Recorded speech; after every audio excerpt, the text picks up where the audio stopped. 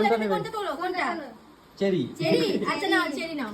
দুটো আছে, একটা মনো কি ছেলে তুলবে তুলো, মনো কিটা নেবে নাও। হ্যাঁ? হয়। চেরি, তুমি চেরি খাবি? তাহলে তোল। ছেলেই হবে। কোনটা খাবো আগে? আগে ফল খাবো না আগে খাবো? আমি তো বেশিকে আশীর্বাদ দিলে তোমার বেটাই হবে। এই দিনটা ছিল পয়লা বৈশাখ আর আমার পিসি শাশুড়ি আমাকে খাওয়াতে এসেছিলো। এদিকে দেখো ফল মিষ্টি সকালে টিফিন করছিলাম, এটা আমি যেটা সকালে খেতে দেয়। তারপরে দুপুরে ভালো মন্দ খাওয়া দাওয়া আছে। আর আচ্ছা সত্যি কি এটা হয় যে ফলের মধ্যে বাচ্চারা যেটা তুলবে তোমার সেটাই হবে?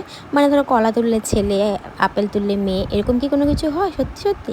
তোমরা যদি জানো আমাকে অবশ্যই কমেন্টে জানিও। আর আমার তো দেখতে পেলে ওরা কি তুলেছে, ওরা চেরি ফল তুলেছিল। তাহলে তোমরাই বলো আমার কি হবে।